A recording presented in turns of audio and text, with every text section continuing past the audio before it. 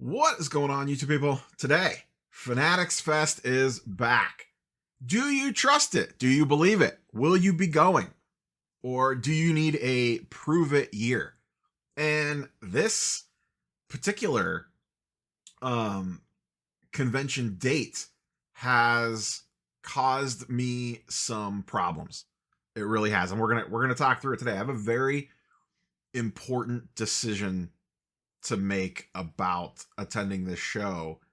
And I knew this for a while, but before we get too deep on that, you know what will not disappoint you? The Pennysleever. They won't let you down. They will not cancel an Orlando show on you.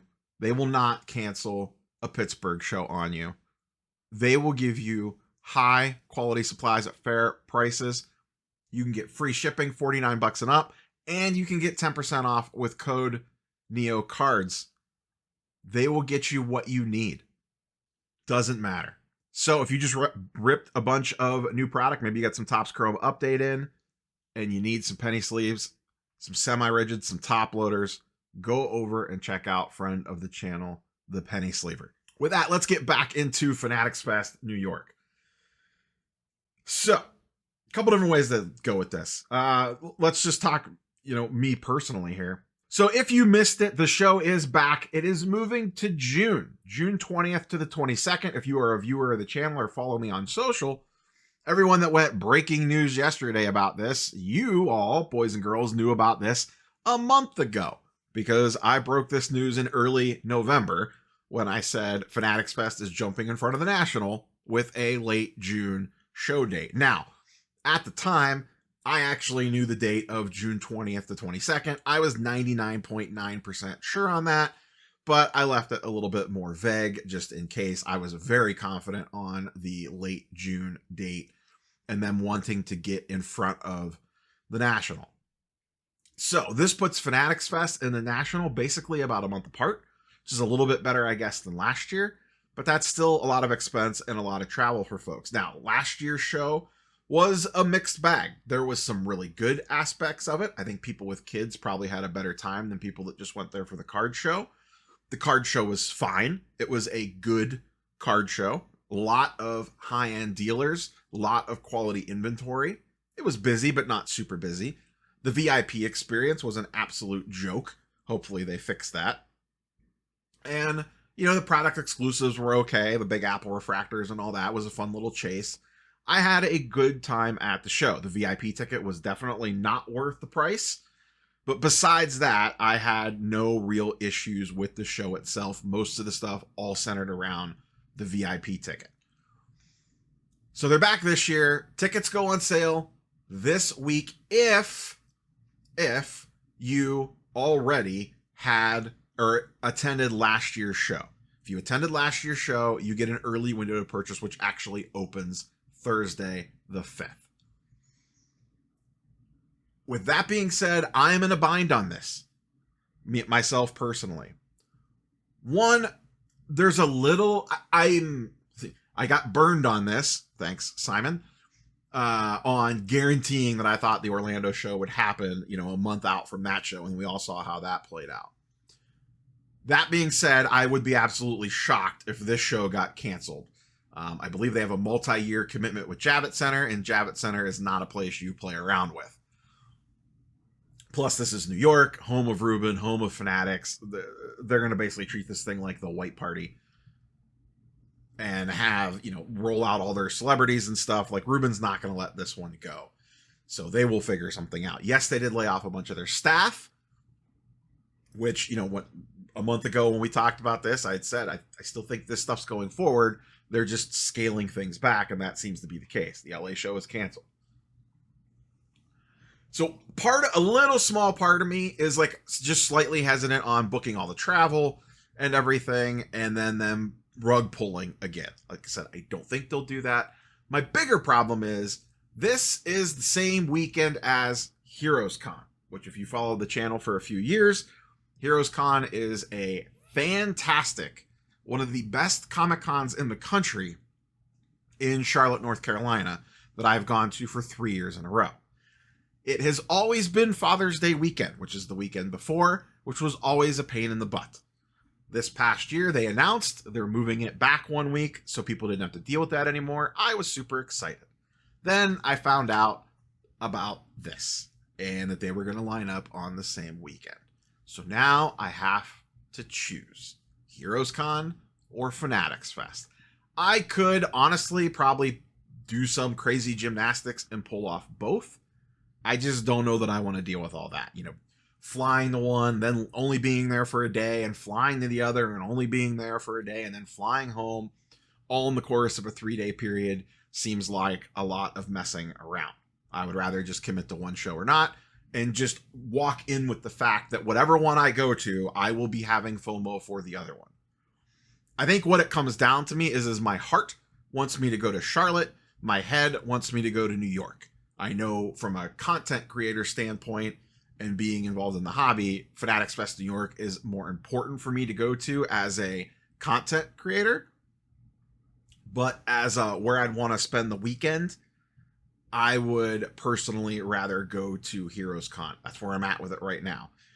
If they weren't the same weekend, I would go to both. It's not that part of me doesn't want to go to Fanatics Fest, but when I'm putting the two against each other, that's where it comes out at. And there's also a factor of I will be back in New York in October for New York Comic Con.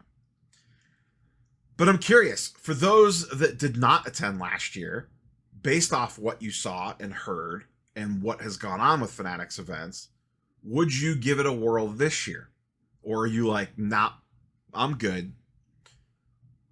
Also, for those that attended last year, would you go back? Or would you want to give them a couple of years to kind of see how things play out? The other thing with this too, and I'm sure you all feel this because I know I do, there is a financial component of this. New York City is not cheap at all. The hotels are expensive, especially if you want to stay on site or close. The food's expensive. Travel there is actually relatively easy. That's not too big of a problem. It's once you get into the city that everything gets astronomically expensive. It's a good time, don't get me wrong, but I have, and probably most of you all, have trips planned for the National just a month later. I got off easy this year for the National. It was in my hometown. I didn't have to rent a room. All I had to do was drive back and forth every day. Nice and easy. This trip would be expensive. And then to have it again in Chicago a month later. And then, like I said, myself personally, this probably isn't most people, I am already locked in for New York Comic Con next year. We have already purchased things and made plans to attend that show in October of next year. And that's, a 4 or 5 day event, even more expensive.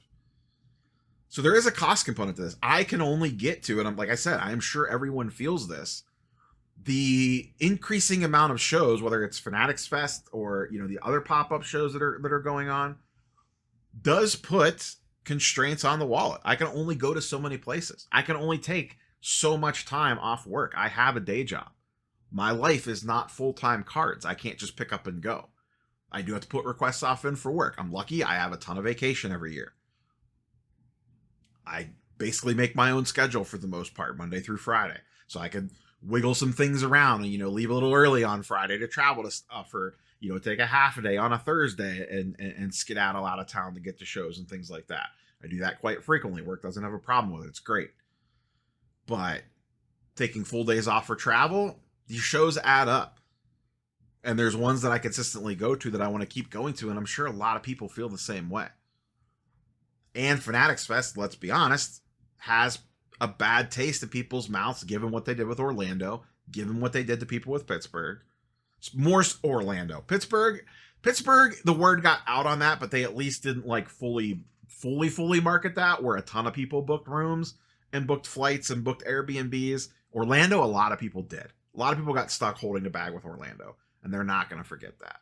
Now, certain dealers will set up at this show no matter what, because they feel like they have to. The Fanatics overlords are looking over their shoulder and saying, hey, we got table space. You want it? You want it? You sure you don't want it? That's right, you want it. And then the shop ends up taking it because they feel like they almost have to. So we'll see how those things shake out. They did put up ticket prices. VIP is $500. I think that's more expensive than last year. I feel like last year I spent $500, but that was like with fees and everything. I'll have to double check my receipt. I feel like last year was like $425 or $450. And that was before ticketing fees. So I'm assuming this is going to be like $550. 3-day pass adult is $150. And then the daily passes are $60 a pop. 30 for kids on Friday and Saturday, 20 for kids on Sunday. They have a little breakdown on what you get here. The key thing is, how are they going to handle this VIP experience? Because as is well documented on the vlogs that I did and on the recap that I did, the VIP experience for the most part sucked. Dedicated check-in / entrance. This was fine. You were upstairs. You weren't down in the basement. It would have been better if this part was actually decent. This is one of the parts that really sucked. Early access to show floor was like 15 minutes, and my real gripe was they never told you what time early show floor access was.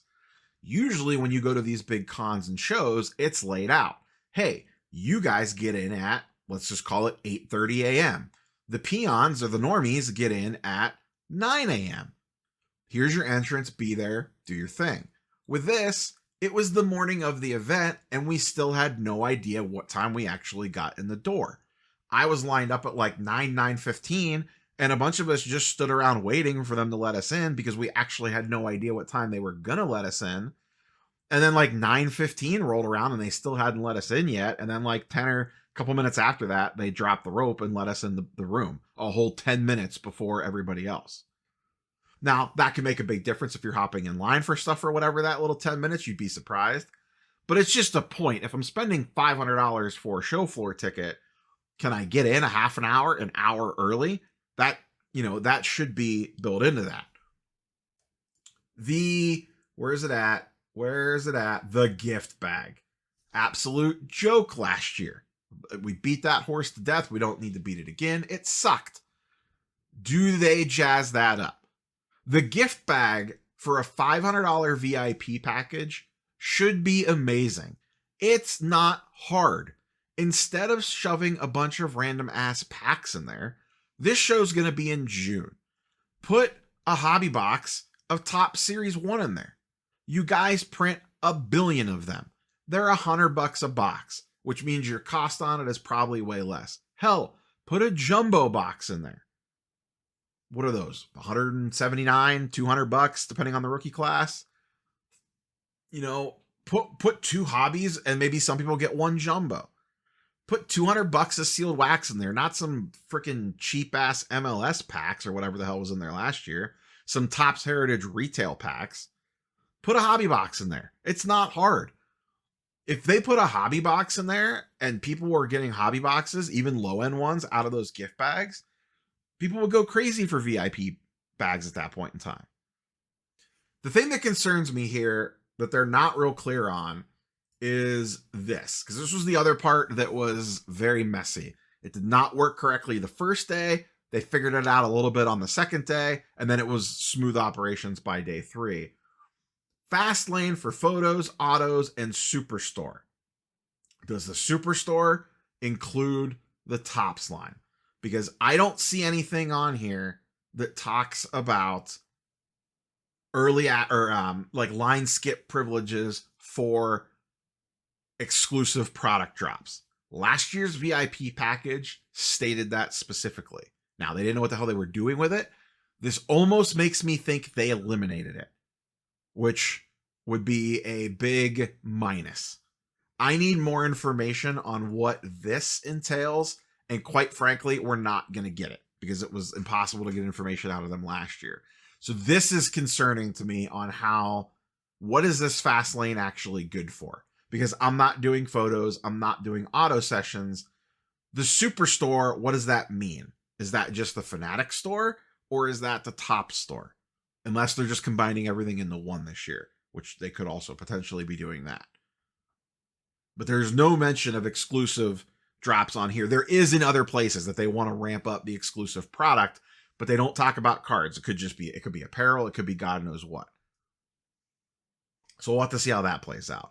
They do promise like basically everything's bigger, more celebrities, more panels, bigger hobby area. Everything is bigger, which they have plenty of space to expand.